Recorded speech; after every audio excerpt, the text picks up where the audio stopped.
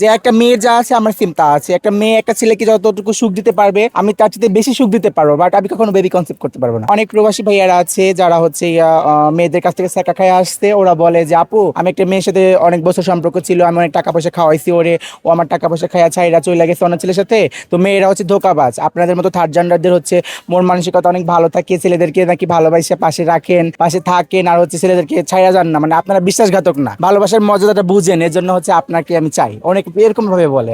আমার মাসিক দেখা যায় ড্রেস আপ আর মেকআপ দিয়ে প্রায় 1 লক্ষ টাকা চলে যায়। আচ্ছা, টিকটক থেকে হচ্ছে অনেকে মানে লাখ লাখ টাকা ইনকাম করে। না এটা আসলে- সরি, টিকটক থেকে কোনো প্রকার ইনকাম হয় না। আর টিকটক হচ্ছে এটা হচ্ছে ফেস শো করা, ফেস ভ্যালু করা, এই জন্য টিকটক করি। আর টিকটক হচ্ছে একটা বিনোদন মাধ্যম, এখানে কোনো প্রকার ইনকাম, কোনো হচ্ছে লাভ এরকম কোনো কিছু নাই, এটা হচ্ছে শুধুমাত্র বিনোদনের জন্য করে আর কি। এই যে 1 লক্ষ টাকা খরচ করেন, আসলে আয়ের উৎসটা কি একটু আমরা জানতে চাই। আয়ের উৎস এই যে নাচ গান করি, তারপরে হচ্ছে মিডিয়াতে কাজ করি, পেজে কাজ করি, ইউটিউবে কাজ করি, এগুলো দিয়ে হয়। আর সব মিলিয়ে হচ্ছে আপনার সমস্ত social media, TikTok, YouTube, Facebook, আর সব মিলিয়ে হচ্ছে আর্নিং কত আসে? আলহামদুলিল্লাহ ভালোই আছি, কে পড়তে চলতে পারি। তার মানে এই যে আপনার এই যে সৌন্দর্যের প্রেমে কতজন পড়ছে এই পর্যন্ত, আমরা একটু জানতে চাই।